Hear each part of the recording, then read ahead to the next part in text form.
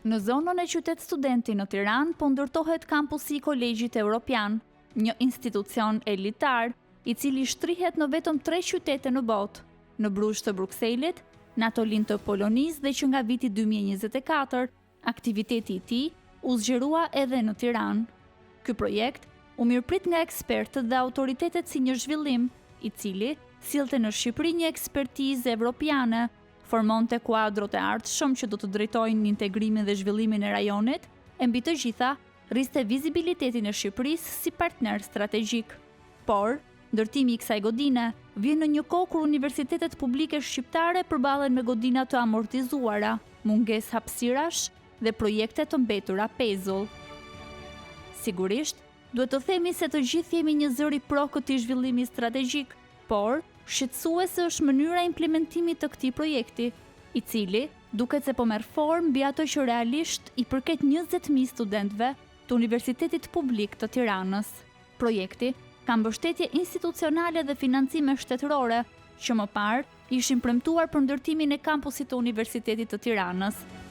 Në vitin 2019, Kryeministri Rama dhe Kryebashkiaku Veliaj premtonin hapësira të rivitalizuara për studentët shqiptar. Me fillimin e mandatit të ri të Bashkisë Tiranës, do ecim me punën për kampusin. Është një investim goxha i madh. Si për të vërtetuar këtë premtim, pas disa muajsh, u publikua një vendim i datës 29 korrik 2020, ku me firmën e zëvendës kryeministrit të kohës, zotit Erion Braçe, Bashkia e Tiranës përcaktohej si autoriteti kontraktor për zhvillimin e procedurave të prokurimit me objekt ndërtimi i kampusit të Tiranës.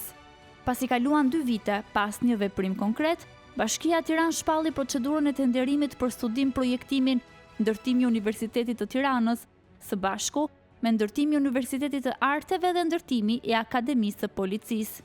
Kjo procedurë shtatorit 2022, që kushtoi 5 milion euro nga buxheti i shtetit, u duk se riktheu premisat për fillimin e punës.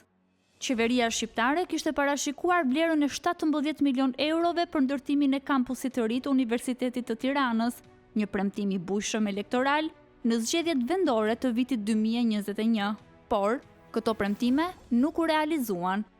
Më 2 tetor të 2023-shit, Kolegji Evropian vendosi zyrtarisht të shtrihej aktivitetin e tij në Tiranë dhe pas 4 ditësh, Ministri i Arsimit dhe Sportit, Ogerta Manastirliu, dhe rektoria e 3 degëve të Kolegjit Evropian, Federica Mogherini, nënshkruan memorandumin e mirëkuptimit për t'i hapur rrugë funksionimit të degës në Tiranë të universitetit prestigjos të diplomatëve të rinj nga bota. Qeveria shqiptare miratoi VKM-n e 13 marsit 2024, ku njoftohej ndërtimi i kampusit të Kolegjit Evropian. Bazuar në vendimin e qeverisë, ndërtimi i Kolegjit të Europës u miratua në kuadër të vendimit numër 641 të datës 29/7/2020 të Këshillit të Ministrave. Vendim ky i marrë më herët për kampusin e Universitetit të Tiranës. Kjo ka çuar ekspertët në dyshime të bazuara se vlera prej 17 milion eurosh thjesht ka ndryshuar destinacion. Pra mendohet që 17 milion euro ishin alokuar për Universitetin e Tiranës për ndërtuar kampusin e Universitetit të Tiranës. Dhe praktikisht këto 17 milion euro u morën nga Universiteti i Tiranës, pra nga kampusi dhe ju dhanë Kolegjit të Europës. Dhe këtu çdo kush pyet si është e mundur që 17 milion euro i hiqen 22.000 studentëve që universiteti ka për një kampus për 22.000 vet, dhe këto 17 milion euro kushton dhe një kampus për 100 vet, se nuk ka më shumë se 100 student Kolegji i Europës. Pra ka një problem ekonomik edhe në transferimin e parave. Fillimi i sezonit akademik të vitit 2024 erdhi me nënshkrimin e marrëveshjes së bashkëpunimit mes Kolegjit të Europës, Ministrisë së Arsimit dhe Universitetit të Tiranës më datë 29 shkurt 2024. Ai ishte viti i parë i çeljes zyrtare të mosimdhënies në këtë kolegj, në ceremoninë e të cilit mori pjesë edhe kryeministri Edi Rama, duke mos kursyer falenderimet dhe lavdet për rektoren Mogherini.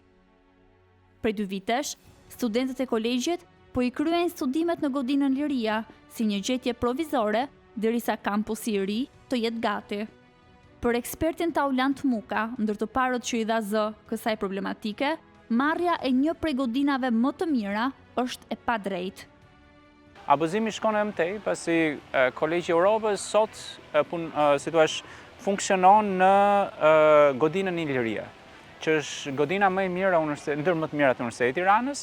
Mos harrojmë 2018 studentët protestuan për mungesë ambientesh dhe praktikisht i po përzën 22.000 studentë për t'i dhënë prioritet studentëve të një institucioni tjetër. Ndërtimi i kampusit për Kolegjin Evropian po merr formë mbi tokë shtetërore, aty ku ishte premtuar ndërtimi i kampusit të Tiranës. Ekspertët thonë se projekti nuk pasqyrohet në planin e detajuar vendor të zonës përkatëse. Dokument ky i detyrueshëm për çdo ndërhyrje ndërtimore të kësaj shkalle. Por, kjo nuk e ndaloi Këshillin Kombëtar të Territorit të miratonte lejen e zhvillimit dhe ndërtimit të projektit më 2 korrik të 2024-s. Ka probleme me parregullsinë me mënyrën se si po ndërtohet gjithë kampusi, pra infrastruktura.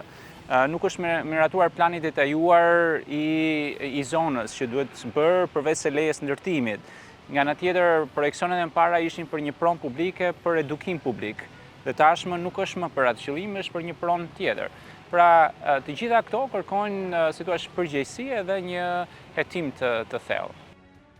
Për projektin në fjalë, Shteg nuk mundi të aksesonte asnjë dokument për vlerësimin e ndikimit në mjedis dhe as prova për zhvillimin e konsultimit publik me ekspert, student apo grupe interesi, të cilat janë të detyrueshme për projektet e kësaj natyre.